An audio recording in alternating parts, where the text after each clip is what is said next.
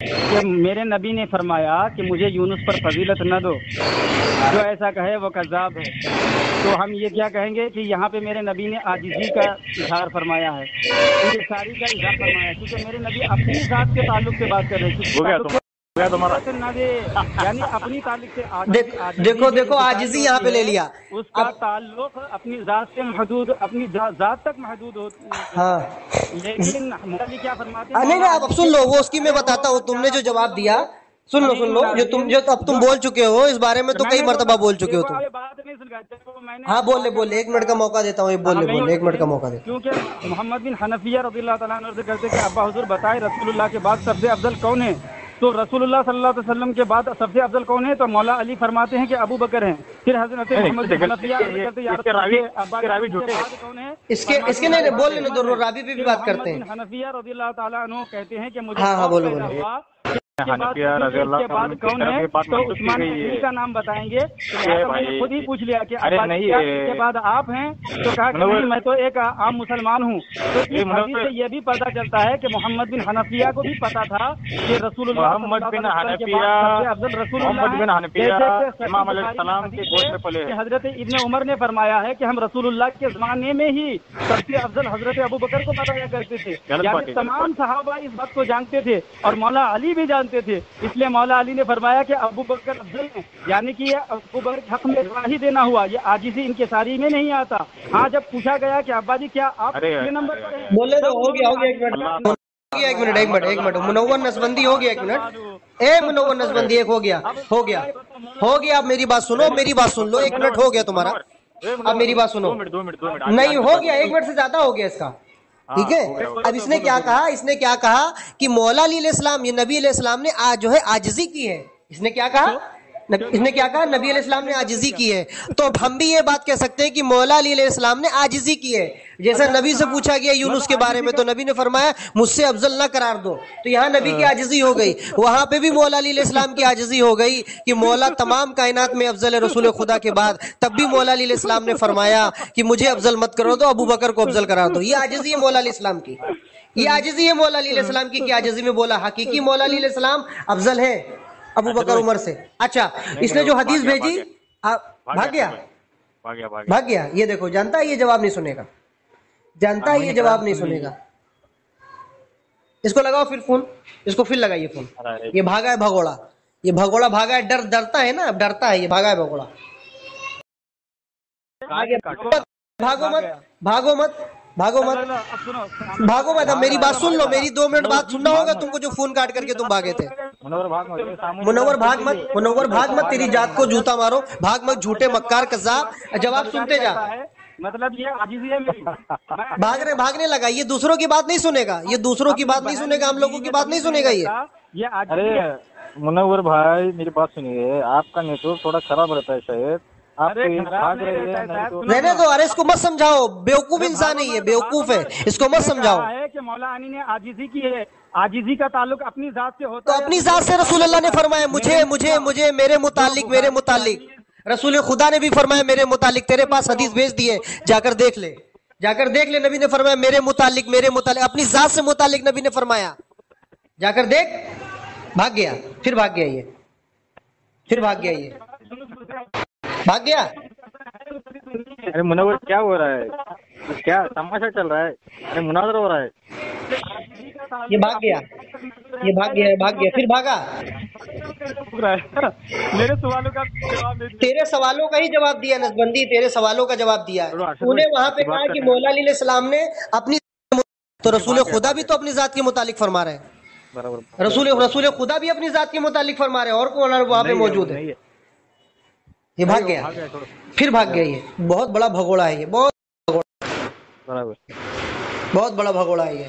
یہ مناظرہ کرنا ہی نہیں آتا تو کیوں کرے گا وہ؟ یہ بریلوی مناظر ہے، اور یہ ڈینگے مارتا ہے، جب دیکھو کسی کے آگے ڈینگے مارتا ہے، سب سے ڈینگے مارتا ہے. مگر اتنا بڑا غلیظ ہے یہ کہ ڈر جاتا ہے. دلائل کے میدان میں ہم لوگوں کا ٹک نہیں پاتا ہے، کیونکہ ان کے دلائل نہیں ہے بھائی، ان کے پاس ان کے دلائل بھی نہیں ہے، ان کے پاس ان کا حوالہ بھی نہیں ہے. کٹ کرتا ہے فون، اور اس کے بعد میں ہم کال کریں گے، واپس لیں گے، اور بولتا ہے کہ تم کاٹ رہے ہو.